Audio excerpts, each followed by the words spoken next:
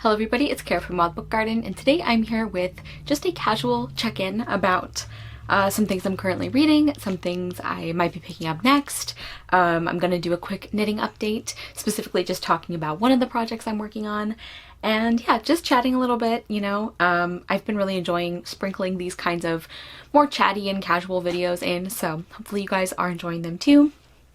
And yeah, let's just get into it. I have a few things that I'm currently reading, and then I'll talk about some possibilities of other things I might pick up next. I actually have a another TBR video coming. Like, it'll be just kind of other things that I want to read in March that are not Tor.com books or Tor books. Yes, we are already in March. We're like a week or two into March, but I'm still gonna post it, I think. So hopefully you guys are excited about seeing those. But yeah, let's just get started. So one of the books I'm currently reading is The Sea in Winter by Christine Day. I am currently 5 chapters into this one. I already think it's fantastic. I really loved I Can Make This Promise by Christine Day, and I've really loved the short stories I've read from her as well. And I've been wanting to read her newer novel for a while, and what finally made me like actually put it on a list and pick it up is another video project that you'll be seeing a video about at some point. I don't know when. I don't know when different things are going up, but you will be seeing me talk about this in a little more detail. We're following our main character Maisie, who is struggling after she's had a knee injury that has taken her out of ballet. And that's always been one of the things that is most important to her. She loves it. She's so passionate about it. And it was one of the things that brought her a lot of joy and peace. And she's really struggling with the fact that she's not going to be able to dance anymore, or at least not in the same way. And this is a middle grade book that deals a lot with mental health. At the part I'm at, we haven't gotten into specifics about what's going on with her, but the synopsis describes her as like just getting upset, you know, like having like anger problems and being afraid because she doesn't know why. And I just think this is going to be a really important book. Yeah, I feel for Maisie so much, and it's obviously going to deal with some very important and heavy ideas, but I think the way it's written and the way Christine Day writes with such care about her characters, I think always, I say always, I've only read one full-length novel from her, but I think she's great at giving the issues she talks about the appropriate weight without like making the reading experience exhausting. Do you know what I mean? So anyway, that one is going really well, and it's fairly short too, so I don't anticipate this taking me very long. I definitely want to prioritize it because, as I said, I'm already so invested in Maisie, and this is one that I'm reading for part of middle grade March. I'm using it for the neurodivergent prompt because and depression is one of those things that can be, like, I've seen it classed as like neurodivergence or like mental illness or both of those things. So I think it would count, but regardless, I really think that's a fantastic book so far. I am also still currently reading How the Word is Passed, A Reckoning with the History of Slavery Across America by Clint Smith. I talked about reading this last month, and it is continuing to be brilliant, as everybody has said. I think this is really incredible. And it's definitely one that I don't want to rush through, so I'm kind of like taking it in little chunks. And yeah, looking forward to continuing that. And then the last book that I am like officially currently reading, I only have 3, which is unusual for me. I have Women of Myth, From Dear Woman and Mamiwata to Amaterasu and Athena, Your Guide to the Amazing and Diverse Women from World Mythology by Jenny Williamson and Jen McMenemy, illustrated by Sarah Richard with a foreword by Liv Albert. So that's a mouthful, but I love this so far. This is a really gorgeously illustrated book that talks about different like mythological women, and there's like a few different sections. There's goddesses, heroines, and monsters, and it's just talking about some of the really important women in folklore and mythology, and like different belief systems, and just kind of like an overview of them. And as I said, the illustrations are absolutely stunning. I love them. And I also really appreciate that in the introduction, or like in one of the things at the beginning of the book, the authors talk about how they're using mythology as like a general term for like stories that are like cultural and like relate to like beliefs and that kind of thing. So they're not making like a value judgment on these, because they acknowledge that like some of the deities they talk about are like parts of religions that are actively being practiced today. And that's something I really appreciate. I wish more books like this like acknowledged that and did that. But yeah, I'm really enjoying that one. And it seems like appropriate for Women's History Month. Yeah, so those are the 3 books I am officially reading, but I have a little stack here of things that I might be picking up next or soon. One of them is a Tor.com book. As I've mentioned before, I am a co-host for the Tor.com-a-thon for this round, and I've been really loving that, and I really want to get to Servant Mage by Kate Elliott.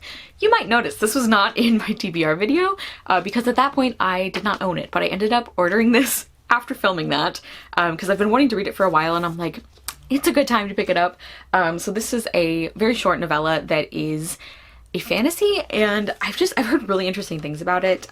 Bethany really enjoyed it, and I hear her talk about Kate Elliott as like a really underappreciated fantasy author, and I'm just very intrigued. So I'm hoping to get to that one. I did like read the first page or so, and I like the writing so far. The world seems really interesting.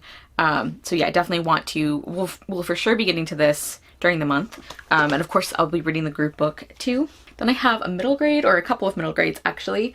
I have Ravenfall by Kaylin Josephson. This is a spooky middle grade that is set at an inn, and it just sounded like super cozy with just the right amount of like creepiness. And I don't know, I just think this is gonna be a really fun and interesting one. It looks like it has some Celtic mythology influences, and yeah, it talks about like the other world. Our main character apparently has the ability to foresee other people's death. And she ends up teaming up with a boy named Colin, who is searching for his missing older brother and the supernatural creature who killed their parents. So there's like a mystery element too. So I just think this looks super interesting. I haven't heard a ton about it, but I think I saw that it was one of the nominees for the middle grade category last year for Goodreads Choice Awards, which if you've seen that series of videos, the winners don't necessarily, I don't know, don't necessarily indicate quality, but I do feel like the nominees or like some of the runners up tend to be kind of exciting. So that's what I want to get to. I feel like I'm talking so much more than I need to for what is a very basic video concept, so I apologize. It's Boba Time for Pearl Lee by Nicole Chen. Look at this gorgeous cover. I talked about this in my anticipated releases video for February. And you can see I have a bookmark. I have also technically started this one, but I haven't put it on Goodreads yet because I don't usually do that until I've read at least 1 or 2 chapters and I like know that I'm gonna continue actively reading it. So this is about our main character, whose name is Pearl Lee, of course, and she really loves to crochet, and she is looking forward to the summer hanging out with her friends at their favorite boba tea shop. But then it looks like the shop is going to have to close, and they're all really upset about this, and Pearl decides that she's going to help save the shop by selling her crochet creations. But then it talks about, like, it says the book is going to deal with like the pitfalls of like monetizing your passions and your hobbies, and like I just love that a middle grade book is going to deal with that. It's just, I think that's a really interesting topic, and I love that kids are like going to be seeing a book that talks about that. Then I have The House Witch by Huck. This is the first book in a series, and this is actually a recommendation that was passed on to me from my friend Huck at Badger Reads, from her mom, because if you guys have been following our crafting and reading sprints, we have talked several times about how apparently me and Huck's mom have like almost identical reading taste, and she wanted Huck to pass on this recommendation because she read this recently and loved it. So I bought a copy, and it just looks like delightfully cozy and wonderful. I think there's going to be like cooking magic. It says, let's see, fascinating characters, courtly intrigue, political machinations, delicious cuisines, cuddly companions, magical hijinks, and will they won't they romance. All of those things sound wonderful. And I really love the art of the cover. So this is like a kind of a chunkier one, so I am looking forward to just like sinking into this and being all cozy. So that'll be fun.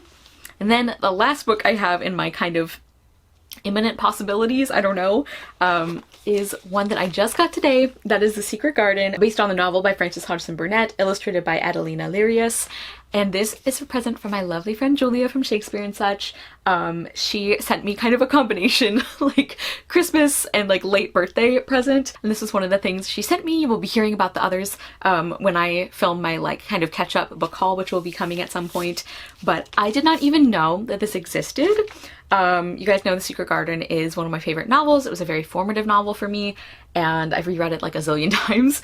And I didn't even realize that there was like this newer like picture book adaptation. Like, look at these illustrations.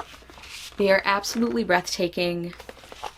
I can't wait. Like, I was thinking about like saving this for my birthday month, but I'm like, I kind of want to read it now. And actually one of the things that I have been doing and like really enjoying is mixing in some picture books, especially for middle grade March, because I feel like there's so many wonderful picture books that are being published like lately, or like have been being published, and I've been reading some that are really wonderful, and I just need to like prioritize getting to them more. So that's going to be a wonderful thing to read this month as well.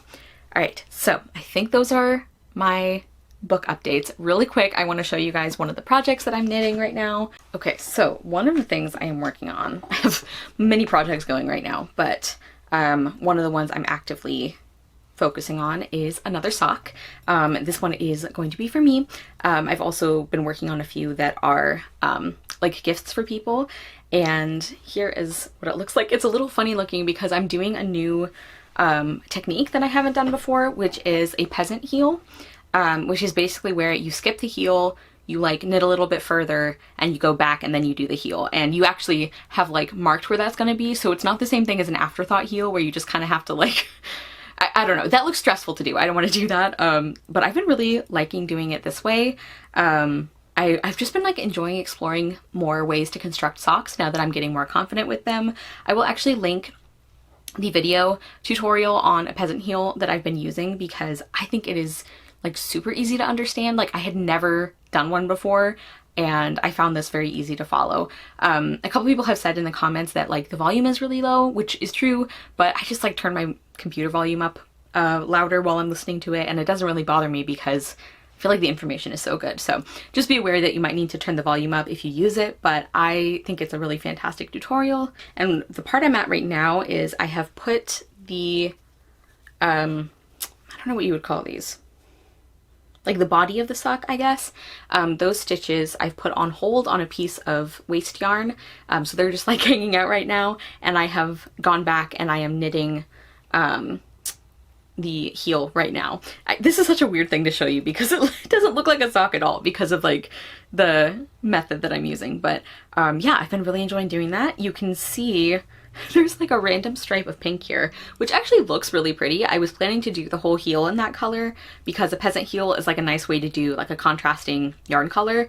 But I realized after doing just a couple rows that it wasn't going to work because the yarn was a lot thicker, and with these like tiny double pointed needles, it just wasn't a good idea. I was having a lot of difficulty, and I didn't want to like, you know, hurt the project or break my needles or damage them in some way. So I abandoned that yarn choice and I picked another one, which is I think a little too thin because I don't actually have a lot of like scraps that are sock weight yarn. So I'm using one that is actually like maybe a little thinner than that, but I think it's going to be okay because I'm just compensating by normally when you're working on the heel and doing decreases, or like on a toe when you're doing decreases, you'll do like a regular row and then a decrease row and then a regular row and then a decrease row, and I'm just doing 2 regular rows in between the decreases instead of 1. Sorry, if you don't knit, you're probably like, this is so boring. Why are you telling us this? But I just wanted to chat about how that's going. And I also, it's like really, I think a sign of like how far I've come with knitting that like I can make adjustments like that. And I'm like, oh yeah, that'll be fine. Or it's like, even if there are difficulties with it, I can kind of like fix those as they come up. Like the ability to like improvise with things like that is something I'm really proud of because I am not a person who usually enjoys winging it with like anything else. But with knitting, I am like pretty confident about it, which is exciting for me. So this is going to be a sock eventually. And yeah, speaking of which, this is actually Huck mentioned that March is National Crafting Month, and so me and Huck and Kelly from Cozy Reader Kelly are like, well, it seems like we should definitely do some more crafting sprints. So we will be having one coming up pretty soon. Keep an eye on all of our like channels and social media and all of that, because we always post about them when they're coming up. But yeah, we'll be having at least one more during the month of March, and I'm so glad you guys have been enjoying those. We've been having a wonderful time with them, and also let me know, I know some people like watch them back later, which makes me so happy. That's wonderful. Do you guys, would it be like helpful or fun or convenient to have a playlist of all of our like cozy crafting sprints, so that if you just want to like throw something on while you like craft or read or work or whatever, that you have them all in one place? Let me know if that's something that you would like care about. But anyway, I think those are all my chatty updates. This was supposed to be a short video. Why do I even lie to myself? But yeah, let me know if you're working on something like a craft. Let me know a book that you're reading or you're excited to pick up. Just talk to me in the comments. And a couple of quick video updates before I finally say goodbye. On Friday, there will be a very exciting bookish announcement coming. So stay tuned for that. And I also do still have some like favorites videos that are in the works. I don't know. I feel kind of bad because I know that a lot of people find it very frustrating when people post those late, and I get that, but I mean, we all do this as a hobby, you know? It's like life happens, life gets in the way. Like I personally, like a lot of people, I have very limited time that I can film, and also doing captions adds like some extra time as well, which I'm not complaining about because I think that is really important to do captions for videos, so I'm never going to stop doing that. But that is something I just wanted to mention because that does add like a few extra like layers of preparation for videos. So I just wanted to let you know that like I have not abandoned those like end of year favorites or anything like that. I will be continuing to like sprinkle those in the next couple months. And yeah, if you're new to my channel, that just happens sometimes, so I'm sorry if that is frustrating, but like that's just the way it goes, you know? And I would rather have it be like good content and accessible content than trying to force it to happen because I want to get it out as soon as possible, you know? And again, just like time constraints with even having a chance to film. So I just wanted to kind of let you guys know and update you that things are still coming, and just a little bit about like why they are a little late. Although it's not like that hasn't happened before, but I did want to just let everyone know. Okay, so thank you guys so much for watching. I will see you soon with another video, and I hope you love the next book you read. Bye!